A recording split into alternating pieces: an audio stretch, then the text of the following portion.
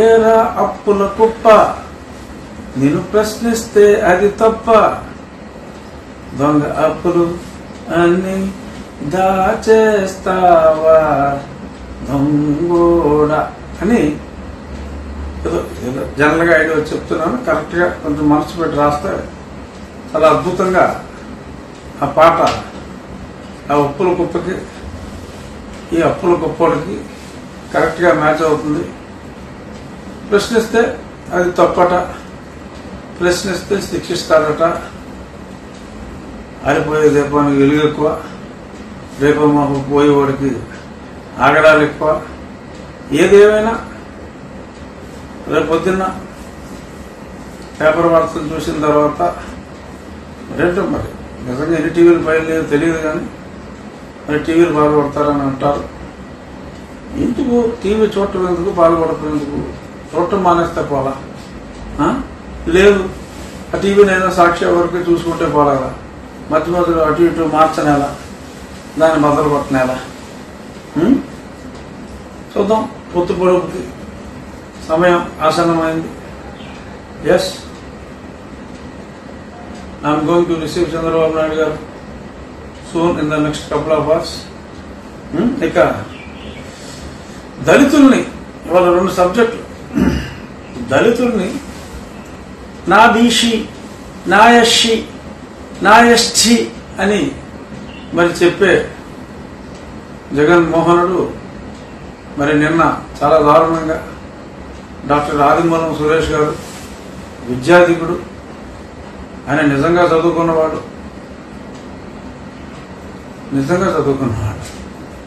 So వారు Ongole MLA, Ongole నుంచి మంత్రి, సరే ఇప్పుడంటే వేరే చోటకి ఎమ్మెల్యేగా ఇంటర్ డిస్ట్రిక్ట్ ట్రాన్స్ఫర్ చేసినప్పటికీ ఆయన ఇంటర్ డిస్ట్రిక్ట్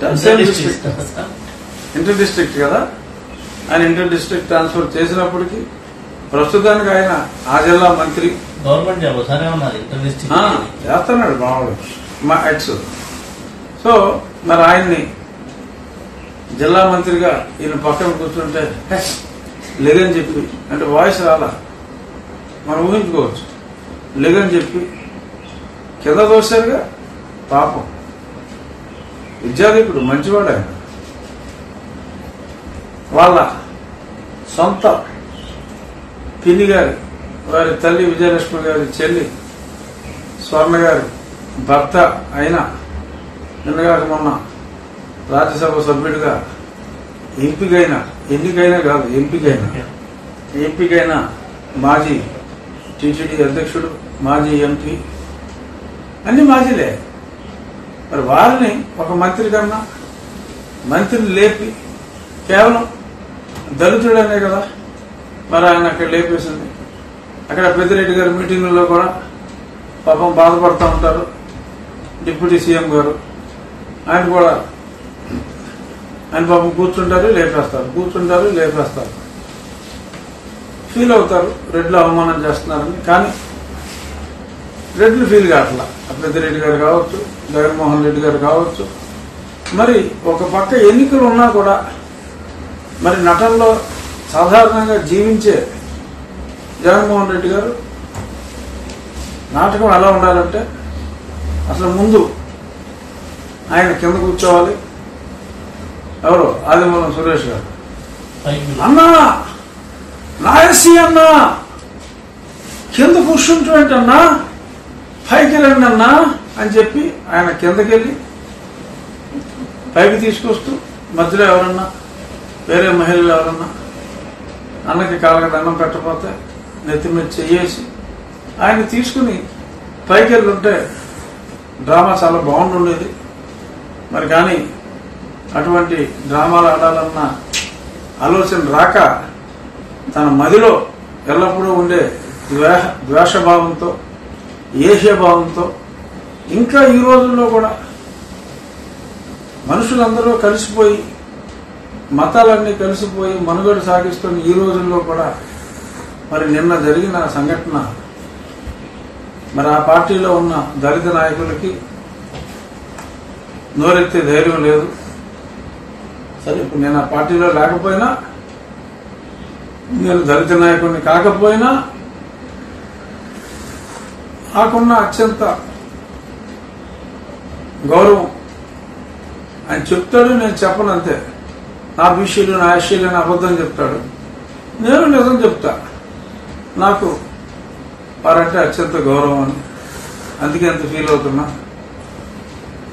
మా మా ఎవరైనా మా అబ్బా షెల్లీలందరినీ ఎస్సీలకి ఇచ్చాడు. ఎందుకంటే రాజారెడ్డి గారి సిస్టర్స్ 3-4 అందరినీ కూడా ఎస్సీల్లోనే, దళిత వర్గంలోనే, మానవ సామాజిక వర్గానికి, మాదిక సామాజిక వర్గానికి మరి వారు ఆ సంబంధాలన్నీ చేసుకున్నారంటే మరి ఏమో ఈయన వర్గం ఏంటో అన్నది మనకి అనవసరం. బట్ వారు చేసుకున్నది వారు కాబట్టి, జనరల్గా ఆ రోజుల్లో పెళ్లి వాళ్ళకి అయ్యేది కాబట్టి ఏమో వర్ణాంతర వివాహం చేసుకున్నారా, సవర్ణ వివాహం చేసుకున్నారా అనేది ఇప్పుడు మనకు ప్రస్తుతానికి అప్రస్తుతం అయినప్పటికీ ఇలాగా ఒక దళిత నాయకుడిని అవమానించడం అనేది ఎవరో కూడా హర్షించరు. ఒక దళితులే కాదు, సమాజం పట్ల గౌరవం, రాజ్యాంగం పట్ల గౌరవం ఉన్న ఎవరో కూడా హర్షించరు.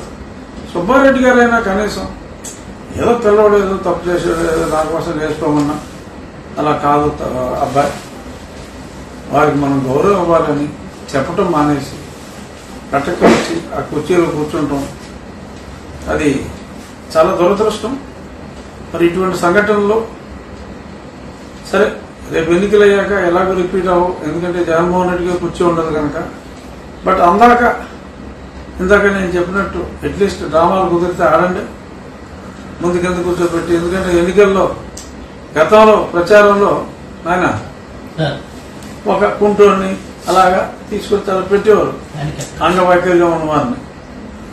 ఈయన అక్కడికి వెళ్ళి బాబు ఏంటమ్మా నీ సమస్య అని అడిగి పక్కన ఉన్నవాడికి అని ఏదో చెప్పేసి జగనన్న ఔదార్యం, అంగవైకల్యం ఉన్నవారిని పరామర్శించి మరి ఈ రకంగా మానవత్వాన్ని చాటుకున్న జగన్మోహన్ రెడ్డి గారు అంబులెన్స్ లో మనిషి ఉండడం, అది అంబులెన్స్ బి అని వస్తూ ఉంటుంది, పెద్ద కాన్వాయ్ జన సందోహం మధ్యన ఉన్న జగన్మోహన్ రెడ్డి గారు తక్షణం అంబులెన్స్ వెళ్ళాలి అని చెప్పి ఒక ప్రాణాన్ని కాపాడారు. ఉత్తి అంబులెన్స్ లోపల ఎవరు ఉండడం. సో అలా అత్యంత వైభవంగా నాటకాన్ని రక్తి కట్టించే